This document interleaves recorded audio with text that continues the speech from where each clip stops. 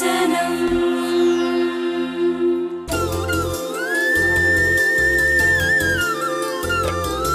మరణాతా దర్శనం మానవాళికి మహోదయం ప్రేమా త్యాగం సేవా సహనం ప్రేమా త్యాగం సేవా సహనం దేవుని కోసం దేశం కోసం దేవుని కోసం దేశం కోసం మరణాతా దర్శనం మహిమనాథుని దర్శనం మహిమనాథుని దర్శనం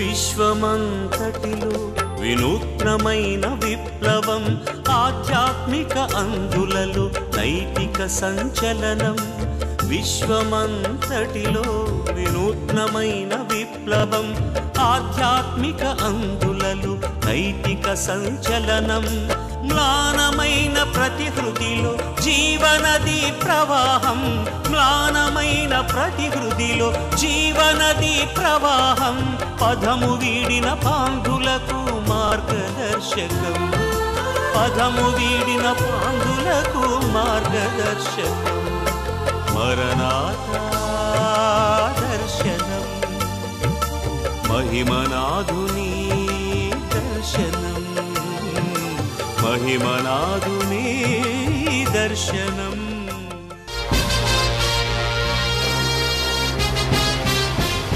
మరణాతా వేద పాఠశాల అనే ఈ ఆధ్యాత్మిక కర్మాగారం 3 దశాబ్దాలుగా ఎన్నో వేల మంది యువతీ యువకులకు వాక్య సేవా తర్ఫీదునిస్తున్నది. దైవదాసులు శ్రీయుతులు గుళ్లపల్లి మోజెస్ చౌదరి గారితో స్థాపించబడిన ఈ బైబిల్ శిక్షణా కేంద్రంలో ఆచరణాత్మకమైన చారిత్రాత్మకమైన బైబిల్ వేదాంతమును ఉపదేశిస్తూ విద్యార్థులను ఆరాధనలోను సువార్త ప్రకటనలోను వాక్య బోధలోను శిక్షణనిస్తూ ప్రభు పని నిమిత్తమై సిద్ధం చేస్తున్నది. అప్లికేషన్ మరియు ప్రాస్పెక్టస్ కొరకు వెంటనే సంప్రదించండి. రెవరెండ్ సిరిపరపు శైలేష్ ప్రకాష్, డైరెక్టర్, మరణాతా వేద పాఠశాల, విశాఖ, సీతమ్మధార, విశాఖపట్నం 13.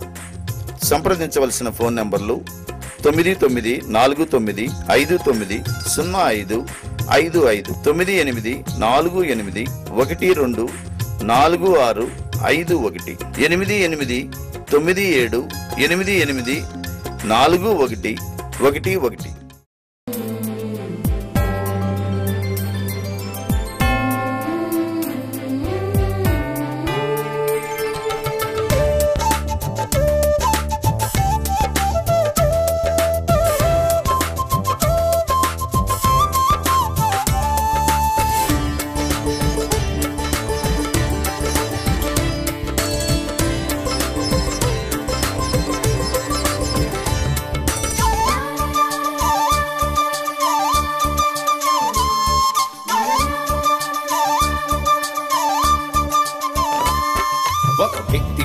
నీ సంకల్పం బహు గొప్పది ప్రతి మనిషిలో నీ ప్రణాళిక దాగున్నది ఒక వ్యక్తి పట్ల నీ సంకల్పం బహు గొప్పది ప్రతి మనిషిలో నీ ప్రణాళిక దాగున్నది ఎన్ని అడ్డులు వచ్చినా ఎన్నటికీ అది మారనిది ఎన్ని అడ్డులు వచ్చినా ఎన్నటికీ అది మారనిది అన్నిటినీ దాటి నీ చిత్తమే నెరవేరునది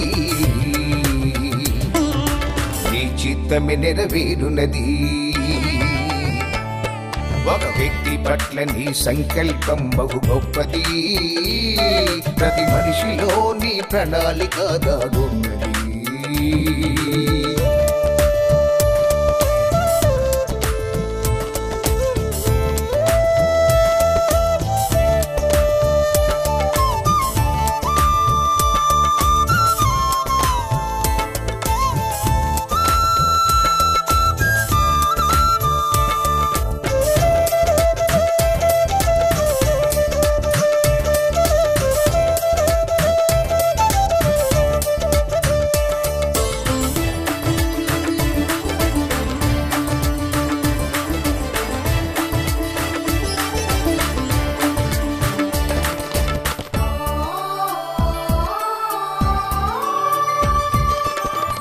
గొర్రెల మందకు కాపరి, నమ్మకమైన మేపరి, సొంత ఇంటిలో కనిష్ఠుడు, నీ దృష్టిలో శ్రేష్ఠుడు.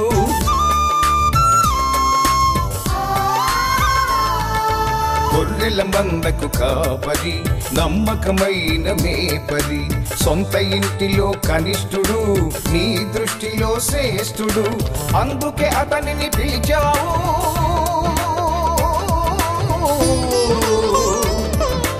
అందుకే అతనిని పిలిచావు, రాజుగా అభిషేకించావు. అందుకే అతనిని పిలిచావు, రాజుగా అభిషేకించావు. పశ్చాత్తాపమే ఔషధమంటూ శుద్ధుల సంఖ్యలో నిలిపావు. దావీదును ధన్యుని చేశావు.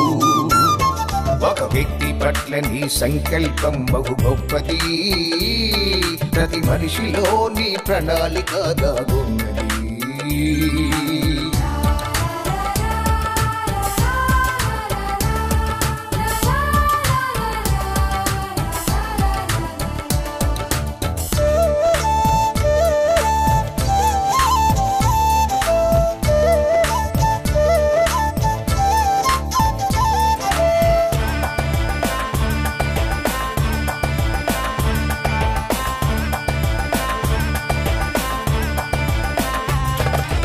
చిన్ననాడే కల కన్నాడు, అన్నలతో అది చెప్పాడు. కలలు కనేవాడన్నారు, అన్యులకు అమ్మేశారు. చిన్ననాడే కల కన్నాడు, అన్నలతో అది చెప్పాడు. కలలు కనేవాడన్నారు, అన్యులకు అమ్మేశారు. నిందలు శ్రమలు సహించాడు,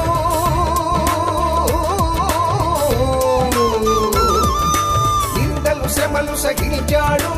అందరిలో ఘనుడయ్యాడు, నిందలు శ్రమలు సహించాడు. అందరిలో ఘనుడయ్యాడు. పరో కలలకు భావము విప్పి సింహాసనమెక్కించావు. యోసేపును ధన్యుని చేశావు. ఏమండి, ఏంటి కౌర్లు, మన వాళ్ళంతా బాగున్నట్లేనా? మీ ఇంటిలో పాది హ్యాపీగా ఉన్నారా?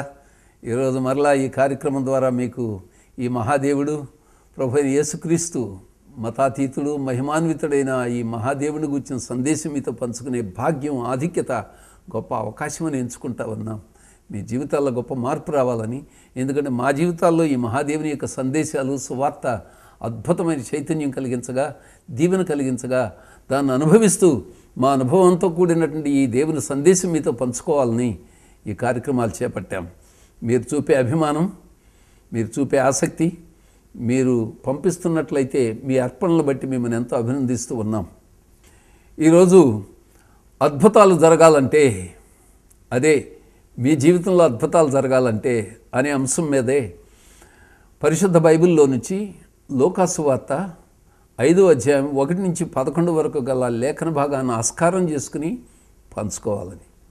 ఏం లేదు, యేసు ప్రభు గల్లే రాష్ట్రంలో, ఇశ్రాయేల్ దేశంలో గల్లే సంద్రపుటొడ్డునున్న జనసందోహానికి సువార్త సందేశం చెప్పాడు.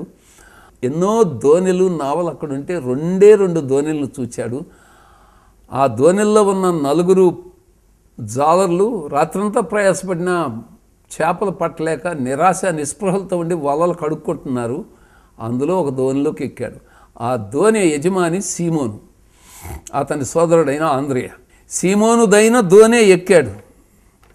ఎక్కి సహజంగా దోణి అంటే, నావంటే ఒడ్డున ఉన్నటువంటి ఒక కర్రబాతు, ఒక ఇసుకలో కర్రబాతు, లేకపోతే ఒక ఇనప ముక్కపాతు దానికి కట్టేస్తారు కదా, అది లోపల కొట్టుకుపోకుండా.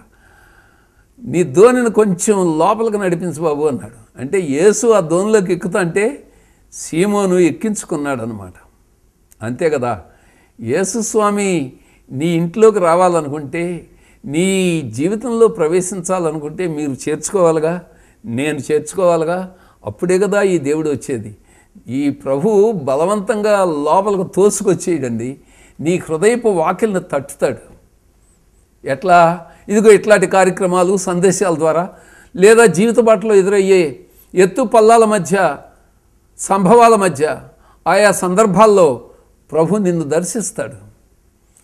ఇంతెందుకు, నేను ఈ ప్రభువుని నమ్ముకుని భక్తి పథంలో కాలు పెట్టకముందు యవనస్తుడిగా ఉన్నప్పుడు మా అమ్మగారు నాకంటే ఒక 8 ఏళ్ళు ముందుగా ఈ ప్రభు భక్తి పథంలోకి వెళ్ళింది. ఏ చర్చి బుర్చికి వెళ్ళి ఇట్లాంటి కార్యక్రమాలు లేకపోతే ఇట్లాంటి సందేశాలు విని కాదు, ఏమీ కాదు, ఏం తెలియదు అసలు. దీనావస్థలో ఉండి మా అబ్బాయి చచ్చిపోయేలాగా ఉన్నాడు, నాకు ఒక్కడైన ఈ కుమారుని బతికించు స్వామి, నువ్వు మా దేవుడు కాదని విన్నాను, అయినా కానీ మా అబ్బాయిని బతికించి నా పుత్ర పెడితే నిన్నే నమ్ముకుంటానని దండం పెట్టుకుంది. ఆ దండం ఫలితమే మా జీవితాల్లో ఈ ప్రభు ప్రవేశించడం. ఆ రాత్రి నన్ను దేవుడు దర్శించాడు, స్వస్థచిత్తుడయ్యాను. ఆ తర్వాత ఈ దేవుని గురించి తెలుసుకోవాలనుకుంది. కులం అడ్డు, గోత్రం అడ్డు, గ్రామ కట్టుబాట్లు ఇవన్నీ అడ్డొచ్చాయి. పిన్న వయసులో వైధవ్యం పొందిన ఆ వైధవ్యపు స్థితి అడ్డుగా ఉండేది ఆనాటి గ్రామీణ వాసులకి. మరి వీటన్నిటినీ ఛేదించుకుని ధీశాలిగా అమ్మ బయటికి వెళ్ళి ఈ దేవుడు ఎవరో మాకు చెప్పండి అని చెప్పని ఎవరో ఒకళ్ళిద్దరిని అడిగింది. వాళ్ళు చెప్పగా కాలగమనాన ఈ దేవుడు దర్శనమిచ్చాడు, మా జీవితాలను మార్పు చేశాడు, మలుపు తిప్పాడు. కానీ నేను ప్రభువుని నమ్ముకోవడానికి 7-8 సంవత్సరాలు పట్టింది మా అమ్మగారి తర్వాత.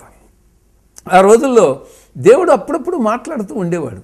నా కుమారుడా, నా కుమారుడా అని పిలిచేవాడు.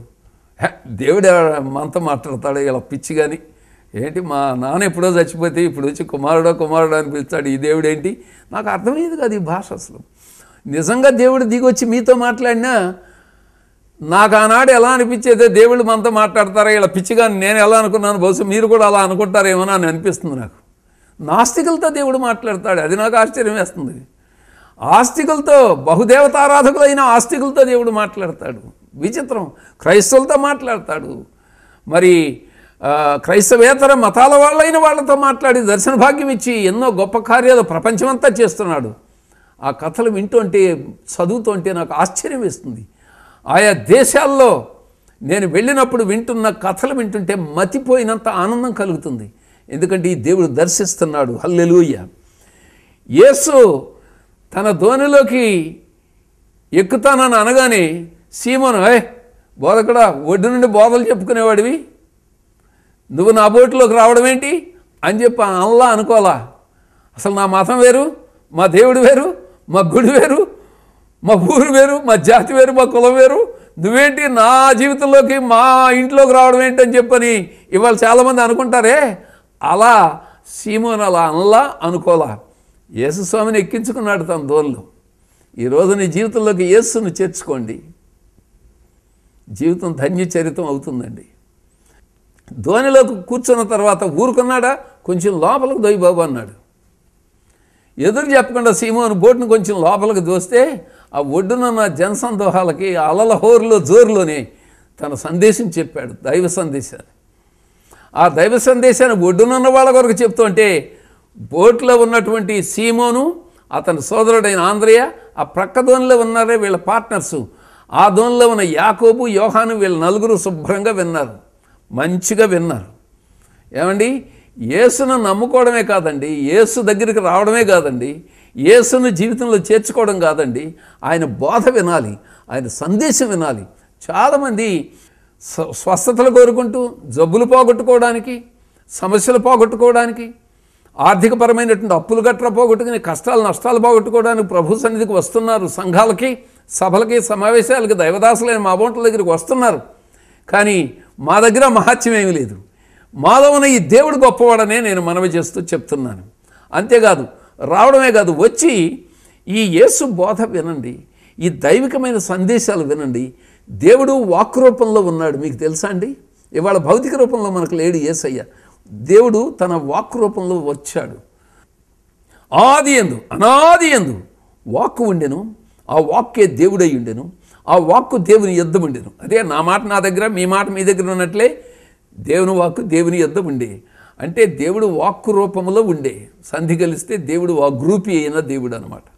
ఆ వాక్కు రూపంలో దేవుడు మీకు వినబడుతున్నాడు, మీకు కనబడుతున్నాడు, మీతో మాట్లాడుతున్నాడు, మిమ్మల్ని సంధిస్తున్నాడు, మిమ్మల్ని సందర్శిస్తున్నాడు.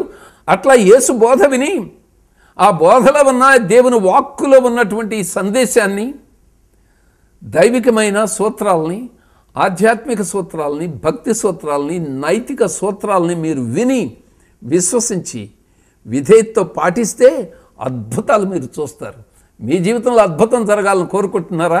ఇదిగో ఈ సూత్రాలు శ్రద్ధగా వినండి, అమలు చేయండి, ఆచరణలో పెట్టండి. మీరు అద్భుతమైన కార్యాలు ప్రభువైన దేవుడు చేయగా మీరు చూస్తారు. కాదు, అనుభవిస్తారు కూడా. తన బోధ చెప్పడం చాలించిన తర్వాత ప్రజలందరికీ సీమోనుతో అన్నాడు, ఇతను రాత్రంతా ప్రయాసపడి ఓ చిన్న చేప పిల్లను కూడా పట్టలేకపోయారు అని చెప్పి ఎరిగినవాడైన యేసయ్య, సీమోను, నీ దోణను కొంచెం లోతుకు నడిపించవయ్యా అన్నాడు. ఎందుకు స్వామి? లోతుకు వెళ్ళిన తర్వాత నీ వల వేసి చేపలు పట్టాలయ్యా. రాత్రంతా ప్రయాసపడ్డాం స్వామి, ఏలినవాడా, ఏమి చిన్న చేప పిల్ల కూడా దొరకలేదు.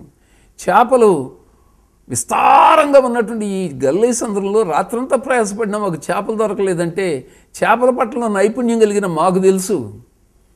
బోధలు చెప్పుకుని ఈయనకేం తెలుసు అని అనుకున్నాడో ఏమో. అప్పుడు ప్రభు అన్నాడు కదా, నాకు తెలుసయ్యా రాత్రంతా ప్రయాసపడినా నీకేమీ దొరకలేదని, కానీ నీ దోణిని లోతుకు నడిపించవయ్యా.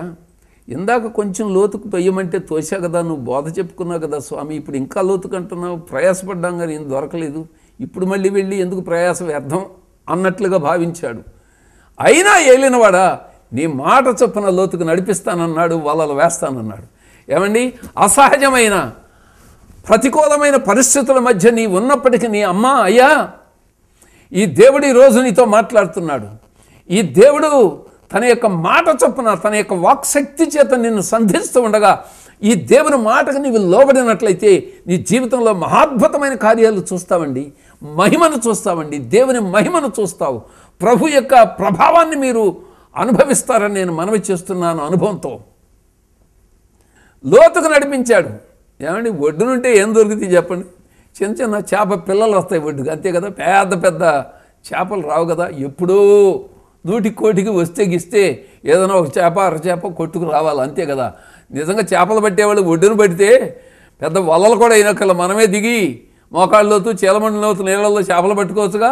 అలా కుదరదు, లోతుకి వెళ్తే దొరుకుతాయి. పెద్ద చేపలు కావాలంటే లోతుకి వెళ్ళాలి. పిత్త పరిగెలు చిన్న చిన్న పిల్లలు కావాలంటే ఒడ్డున పిల్లలు ఆడుకుంటారు. చిన్నపిల్లలు నేను చిన్నప్పుడు ఆడుకున్నట్లు మీరు ఆడుకున్నట్లు అక్కడ ఒడ్డున ఉంటే మనకు దొరికేది ఒకటే. ఈ భక్తి పథంలోనండి ఒడ్డు నుండి చేపలు పట్టాలని, కార్యాలు చూడాలని, గొప్ప గొప్ప మేళ్ళు పొందాలని ఆశపడతారు. పప్పులు ఉడకో, నేను చెబుతున్నాను, పప్పులు ఉడకో, లోతుకెళ్ళాలి. అసలు ఈ భక్తి యొక్క అంతు పంతు తేల్చుకోవాలంటే మీరు లోతుకు వెళ్ళాలి. ఈ భక్తిని నిష్ఠా నియమంతో క్రీస్తు ప్రభువును నమ్ముకుని దీక్షా దక్షతలు కలిగి పట్టుదలతో ప్రార్థించినట్లయితే ఆ నియమ నిబంధనలను, ఈ విశ్వాస సూత్రాలను మీరు పాటించినట్లయితే మీరు అద్భుతమైన దేవుని కార్యాలు మీ జీవితంలో చూస్తారండి. ఆషామాషిగా పక్కన కూర్చుని చేతులు కట్టుకుని దిలాసగా కూర్చుని ఇదంతా మతబోధ, ఇదంతా మతవేత్త చేస్తున్నారు వీళ్ళు, మన మతాలు మార్చేస్తారు వీళ్ళు అని చెప్పని అనుకుంటే నీ జీవితం అంతా అలాగే అనుకుంటావు మిత్రమా. నేను మనవి చేస్తున్నాను, ఈ ప్రభు యొక్క మహిమను, ప్రభావాన్ని నీ జీవితంలో, నీ ఉద్యోగంలో, నీ వ్యాపారంలో, నీ పాడి పంటల్లో, నీ కుటుంబ జీవితంలో, నీ సంతానం విషయంలో, ఆ మాటకు వస్తే నీ దురభ్యాసాల వ్యసనాల బానిసత్వం నుంచి విడుదల పొందాలంటే ఈ దైవికమైనటువంటి సూత్రాలను పాటించండి. నియమం, నిష్ఠ, పట్టుదల కలిగి ప్రార్థించుకోండి. ప్రభువుని నమ్మి మీరు నిజంగా అద్భుతాలు చూస్తారు. యేసు మాట విన్నాడు ఏలినవాడా, రాత్రంతా ప్రయాసపడ్డాం, ఏం దొరకలేదు, ఏం పట్టలేకపోయాం, అయినా నీ మాట చొప్పున నేను లోపలికి వెళ్తానన్నాడు. లోతుకు నడిపించాడు. దేవునికి స్తోత్రములు కలుగును గాక. లోతుకు నడిపించాడు. ఇప్పుడు వలవేయవయ్యా అన్నాడు యేసయ్య. సీమోను అప్పుడు వేశాడు. వేస్తే విస్తారమైన చేపలు రాసి వలను నింపేసింది. ఎంత నింపేసినాయి అంటే ఆ చేపలు రాసి వచ్చి వల పిగిలిపోయేటంతా, చినిగిపోయేటంత విస్తారమైన చేపలు రాసి వచ్చి వలలో పడింది. ఏం జరిగింది ఇక్కడ? ఏమండి, యేసు ఓ గొప్ప చేపల రాశిని చూచాడు. సీమోను చూడలేకపోయాడు. రాత్రంతా ప్రయాసపడినా పట్టలేకపోయాడు. ఇప్పుడు తెల్లవారిన తర్వాత ఆ చేపల రాశి నాకు దొరుకుతుందనే సంగతిని చూడలేకపోయాడు, ఊహించలేకపోయాడు. కానీ యేసు మాట చొప్పున లోతుకు నడిపించి తన దోణెను, తన వలను వేస్తే వల పిగిలిపోయేటన్ని చేపలు పడ్డాయి. నేను చెప్తున్నానండి, అసాధ్యములైన వాటిని సుసాధ్యముగా చేసే అసాధ్యుడు, అద్భుతకరుడైన యేసు దేవుని గురించి నేను మీతో పంచుకుంటున్నాను. ఎన్నో సందర్భాల్లో జీవితంలో అనుభవాలు, తద్వారా ఈ దేవుని యొక్క మహిమను చూచి ప్రభావాన్ని అనుభవించి నేను ఈ మాటలు మీకు సెలవిస్తూ ఉన్నాను. ఇది అసాధ్యమని కాడిబారేశారా, వదిలేశారా? నేను చెప్తున్నాను, ఈ దేవుడు కనుక నీతో మాట్లాడినట్లయితే ఆ మాట చొప్పున నువ్వు కొంచెం లోతుకు వెళ్ళి నిష్ఠా నియమంతో ఈ ప్రభును ప్రార్థించినట్లయితే ఈ దేవుడు నీతో మాట్లాడతాడని స్వరం ఇచ్చి మాట్లాడతాడు. దేవుడు మనతో మాట్లాడతాడు, ఇలా పిచ్చిగాని అనుకునే నాతో మాట్లాడేవాడు. కాలగమనాన్న ఎన్నో మార్లు అలా మాట్లాడుతూ ఉండగా ఆ మాటలు వింటున్నాను నేను. దేవునికి స్తోత్రములు కలుగును. దేవుని స్వరం ఎలా వస్తుందో, ఎవరి ద్వారా వస్తుందో, ఎట్లా వస్తుందో, కలలోనా, ప్రవచనం ద్వారానా, దర్శనం ద్వారానా, ఎలా వస్తుందో అసలు ఇలా కూర్చుంటే ఎవరో వచ్చి మాట్లాడినట్లే అనిపిస్తుంది. అది మనుషులు ఎవరు ఉండరు, ఆ స్వరం వచ్చి మాట్లాడుతుంది. ఆ మాట చొప్పున నడుచుకుంటే దానిది ప్రభావం, అద్భుతం, మహిమ అనుభవిస్తాం. అట్లాగే వల వేశాడు, చేపలు పట్టాడు. అసాధ్యమైన పరిస్థితుల మధ్య ప్రభువైన యేసు యొక్క మాటను విన్నాడు, విశ్వసించాడు, విధేయుడయ్యాడు. నేను చెప్తున్నానండి, దైవికమైన దృష్టి కావాలి మనకి. అసాధ్యములు సుసాధ్యములు కావాలంటే, అద్భుతాలు జరగాలంటే దైవికమైన దృక్పథం కావాలి, విశ్వాసం కావాలి, విధేయత కలగాలి. అద్భుతాలు అప్పుడే మనం చూడగలుగుతాం, అనుభవించగలుగుతాం. మీకేం కావాలండి? మీకు ఏ విషయంలో అద్భుతం చూడాలని, అనుభవించాలని ఆశిస్తున్నారు? దేవుడు అనేవాడు ఏదైనా ఉండి గిండి అద్భుతం చేస్తే తప్ప మా పరిస్థితుల్లో మార్పు రాదని మీరు అనుకుంటున్నారా? ఎస్, దేవుడు ఉన్నాడు. ఆ దేవుడు ప్రభువైన యేసుక్రీస్తు. అది మీరు నమ్మి ప్రార్థించినట్లయితే నేను చెప్తున్నాను, మీరు అద్భుతమైన కార్యాన్ని చూస్తారు. అసాధ్యమైన పరిస్థితుల మధ్య, అసహజమైన పరిస్థితుల మధ్య, అనుకూలత లేని ప్రతికూల పరిస్థితుల మధ్య ఈ స్వామి యొక్క మాటను నమ్మి కాలుబెట్టిన వాళ్ళ జీవితాల్లో మహోన్నత కార్యాలు దేవుడి చేయగా అనుభవించిన వాళ్ళు చెప్పే సాక్ష్యాలు నేను వింటున్నాను. అద్భుతం, ఆశ్చర్యం. నేను అనుభవించడమే కాదు, నాలాంటి వాళ్ళు కొన్ని కోట్ల మంది అనుభవిస్తున్నారు ఈ భూలోకంలో. చైనా దేశంలో కోటాను కోట్ల మంది ప్రభువుని నమ్ముకుంటున్నారు. Millions of people are coming to the lord Jesus Christ, seeing the miraculous hand of God working in their lives. క్రీస్తు భక్తి పథంలో ప్రవేశించి ప్రభువుని నమ్ముకుని ప్రార్థన చేసుకునే వాళ్ళని పిచ్చాళ్ళగా, వెర్రాళ్ళగా, ఏదో తక్కువ రకం వాళ్ళు అయినట్లుగా భావించే లోకం మన చుట్టూ ఉంది. లోకం దృష్టిలో లోకుగా ఉంటుంది యేసుప్రభుని నమ్ముకుంటే. కానీ నేను చెప్తున్నాను, నమ్మిన వాళ్ళకే అర్థమవుతుంది, అనుభవం అవుతుంది. అద్భుతం అంటే ఏంటో వాళ్ళే అనుభవిస్తారు. అంచేత నేను చెప్తున్నాను, ఈ క్రీస్తు భక్తి పథంలో ఒకటండి, ప్రథమం అదే, ప్రధానం అదే. అదే నమ్మకం. ఇదిగో ఇలా చేయండి, 194 సార్లు ఈ చర్చి చుట్టూ తిరగండి. అది ఆ పుణ్యక్షేత్రానికి వెళ్ళండి. అక్కడెక్కడ పెద్ద చర్చి కట్టారంటే అక్కడికి వెళ్ళండి. ఇదిగో ఈ మూటలు ఇలా మోసుకెళ్ళండి. ఇదిగో ఇంత కానుక తీసుకెళ్ళండి. ఇంత నూనె, ఇంత పళ్ళు, ఇంత పలహారం తీసుకెళ్ళండి. ఇలాంటివి చేస్తే ఎవరైనా చేస్తారు, ఆ స్తోమత కలిగిన వాళ్ళు. ఈ దేవుడు అలా చెప్పట్లేదు. ఈ దేవుడు చెప్పే ఒక్క మాట, ఈ క్రైస్తవ భక్తి పథంలో ఒక్క సూత్రం, అద్భుతమైన సూత్రం, ఆరంభంలోనైనా అంతంలోనైనా అద్భుతంగా పనిచేసే సూత్రం ఒకటి, అదే విశ్వాస సూత్రం. ఇట్స్ ద ఫెయిత్, నమ్మకం, విశ్వాసం, విధేయత, అంతే. ఆ రోజు విస్తారమైన చేపలు పట్టాడు. వల పిగిలిపోతుందేమో అనుకున్నాడు. ఇక వాళ్ళ పార్ట్నర్స్ ఉన్నారు, యాకోబు, యోహాను అని 2 సహోదరులు. వాళ్ళు ఒడ్డున ఉన్నారు, వాళ్ళ దోనిలో ఉన్నారు. రే యాకోబు, యోహాను, రెండురా చేపలు, విస్తారమైన చేపలు పట్టిరా అని చెప్పిన వాళ్ళకి సంజ్ఞలు చేస్తే వాళ్ళు కూడా దోని వేసుకొచ్చారు. అందరూ కలిసి వలలు పిగిలిపోకుండా పట్టిన చేపలు రాసిన పట్టి బోట్లోకి చేర్చారు, ఒడ్డుకు చేర్చారు. ఆ పాలివారు, ఒడ్డునున్నాళ్ళు, యాకోబు, యోహాన్లు, వాళ్ళను పిలిస్తే మనం పట్టిన చేపల రాశిలో వాటా ఇవ్వాల్సి వస్తుందని అనుకోవాలా. వీళ్ళు స్వార్థపరులు అయ్యి నిస్వార్థంగా మన వలే కనుక పిగిలిపోతే పట్టిన చేపల రాశి వల్ల మనకే కాకుండా పోతాయి, వాళ్ళకే కాకుండా పోతాయి. అంచేత మన పార్ట్నర్స్, మన ఊరాళ్ళు, వాళ్ళకు కూడా మేలు జరగాలని ఆశించి వాళ్ళని పిలిస్తే సంజ్ఞలు చేసి వాళ్ళు వచ్చారు, చేపల రాశిని పట్టారు. వలల్లో నుంచి బోట్లోకి, బోట్లో నుంచి ఒడ్డుకు చేర్చారు. చేరగానే ఏమనాలి? సీమోను, ఒరే ఆంద్రేయ, తన సోదరుడైన ఆంద్రేయ, ఒరే ఆంద్రేయ, ఆ కపెర్నహూము చేపల మార్కెట్లో కానీ ఈ టైబీరియస్ పట్టణంలో ఉన్న చేపల మార్కెట్కి పరిగెత్తుకెళ్ళి రేట్ ఎలా ఉందో కనుక్కున్నారా? ఒక పక్కన గల్లేసంద్రపు జలరాశులు, అందులో నుంచి యేసు మాట వల్ల దొరికినటువంటి చేపల రాశి ఇప్పుడు వచ్చే సొమ్ముల రాశిని ఆశించలేదు అతడు. ఈ ప్రభు చేసిన మహాద్భుతం యొక్క వెలుగులో నేపథ్యంలో వచ్చే సొమ్ముల రాశిని ఆశించడం కంటే తనలో తావు చేసుకున్న పాపాల రాశిని చూచుకున్నాడు. అదండి సందేశ సారాంశం. ఈరోజు మేళ్ళు, ఉపకారాలు, దీవెనలు, ఆశీర్వాదాలు, అప్పులు తీర్చుకోవడం, ఆర్థిక దీవెనలు పొందుకోవడం, స్వస్థతలు పొందుకోవడం, పిల్లల పెళ్ళిళ్ళు, సంతానం, అన్ని చదువులు, ఉద్యోగాలు, వీటిల్లో దీవెనలు పొందుకోవడమే, బిజినెస్లో దీవెనలు పొందుకోవడమే కాదండి. వాటిని ఆశించడం తప్పు కాదు, రైటే. కానీ వాటినే కోరుకుంటే వాళ్ళు దురదృష్టవంతులు. ఎందుకంటే ఆ దీవెనలన్నిటికీ ఒక లిమిట్ ఉంది, ఒక పరిమితి ఉంది. అవి ఈ లోకానికి ఇక్కడికే పరిమితం.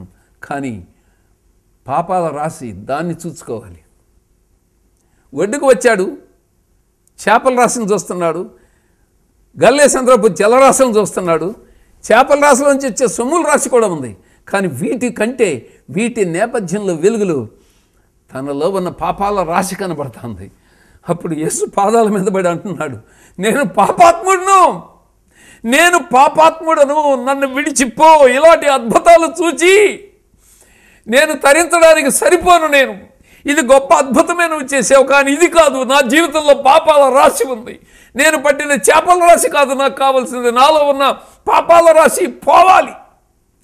అది నీ పాదాల దగ్గరే దొరుకుతుంది స్వామి అని ఆక్రందన చేస్తూ యేసు పాదాల మీద పడ్డాడు. ఒడ్డునున్న వాళ్ళందరూ ఆశ్చర్యచకితులై ఆశ్చర్య పొందుతున్నారు ఇదంతా చూసి.